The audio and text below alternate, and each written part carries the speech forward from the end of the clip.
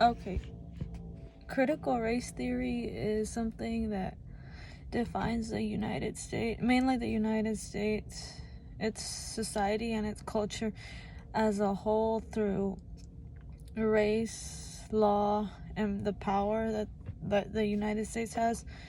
White privilege, from my point of view, is the white privilege from my point of view is a benefit, like something that benefits like white people or people who have white skin or like white ancestry, that it benefits them like in situations that like deal with like the police, or like an example would be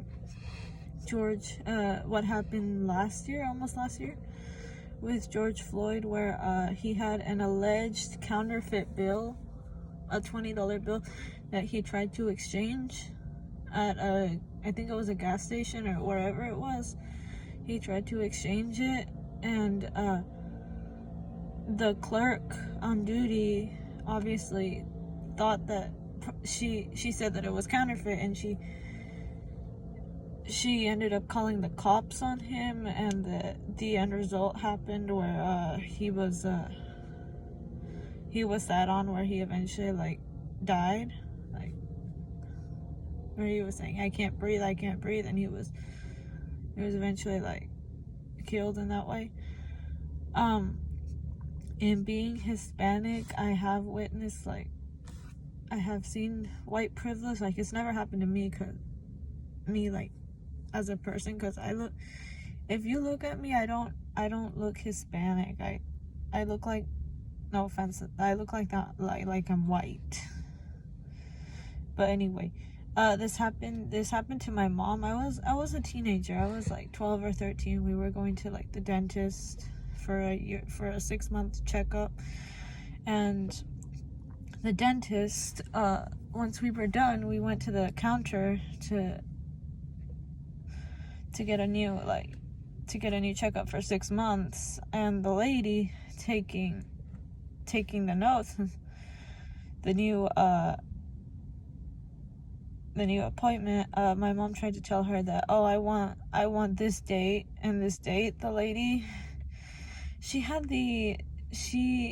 turned to me, I remember vividly, she turned to me and she looked at me, and she's just like, can you tell me what your mom is saying, because I can't understand her accent is too thick.